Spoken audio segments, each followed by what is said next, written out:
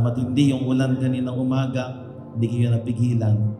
Ibig sabihin lamang, hindi lang dahil kagustuhan ninyo na maganap ang kasal na ito, kundi dahil ito ay kalooban ng Diyos.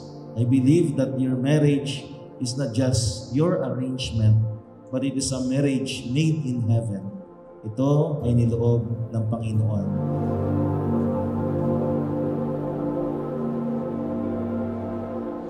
Congrats! Kita pa tayo mamaya po. Buti nandito kayo. Mayor, thank you po.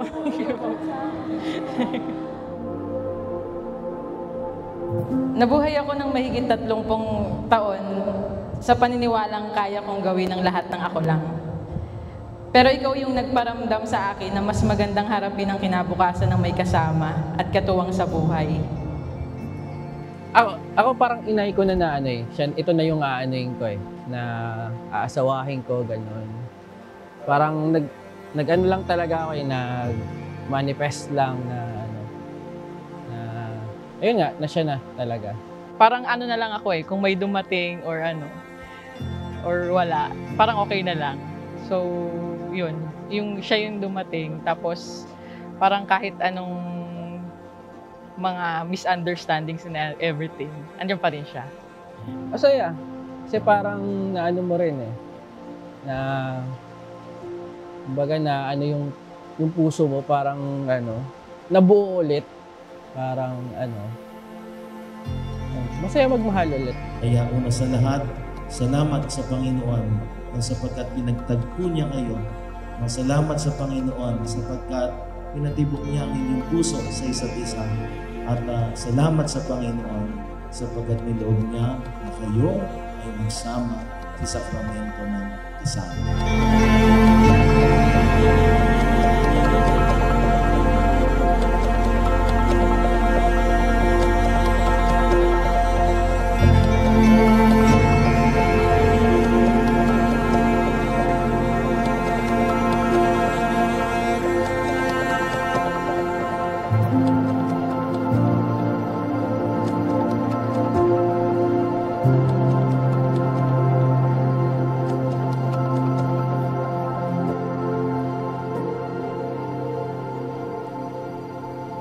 Honestly, parang gusto ko na lang siyang matapos para maano na yung bigat sa dibdib na Yun, kabado pa rin na kasi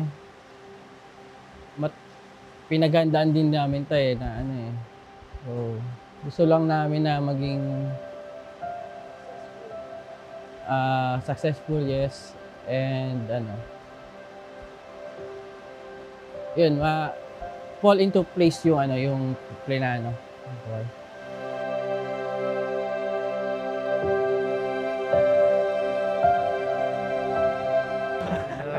Ready? Sure na? Final na? Yun na yun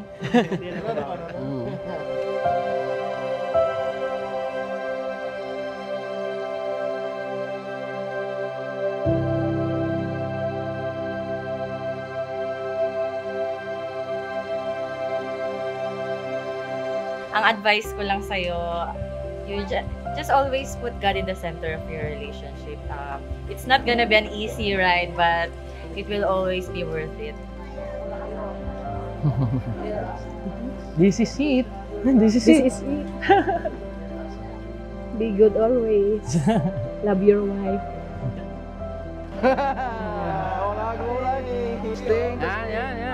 Yan. Panganib.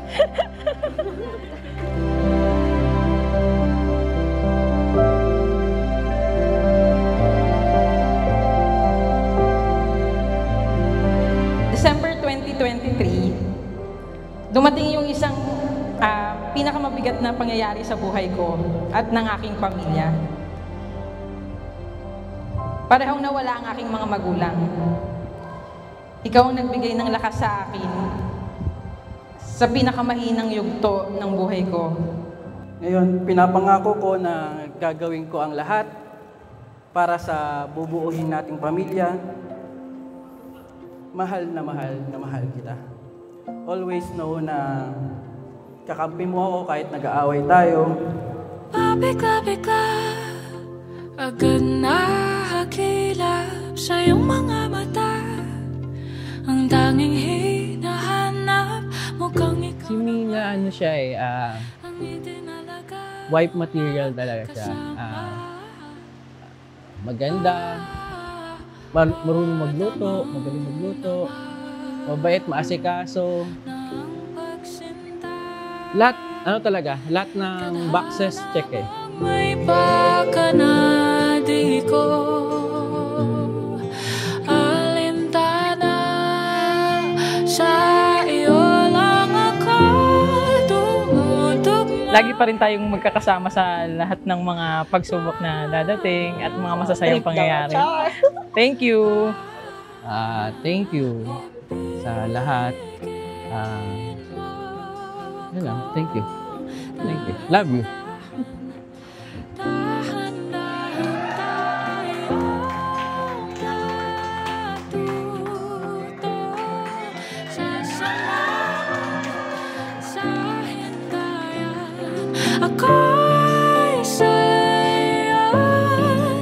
Kaya naman sa harap ng Diyos, ng ating pamilya, at ng ating mga kaibigan, at ng mga taong nagmamahal sa atin, pinipili kitang mahalin ngayon at magpakailanman. Sa hirap at ginhawa, sa saya at lungkot, nandito lang ako, mananatiling tapat at magmamahal sa iyo. At huwag kayong makalilimot sa Panginoon sa mga panahon na kayo ay sinusubok sa inyong pagmamahal. Ang iyong bawat galaw, siguro nga ikaw na ang kaisa-isang para sa akin. Ibigin mo kung dahan-dahan, dahan-dahan tayo. Para kay Ronnie, Carmina is the best thing that happened to him. At vice versa. No? Pinakamagandang bagay na nangyari sa inyong buhay ay nakilala at nagsama kayo bilang mag-asawa. Nag-ibigan kayo bilang mag-asawa. Babe, simula sa araw na ito, pinapangako ko na maging asawa na pinangarap mo.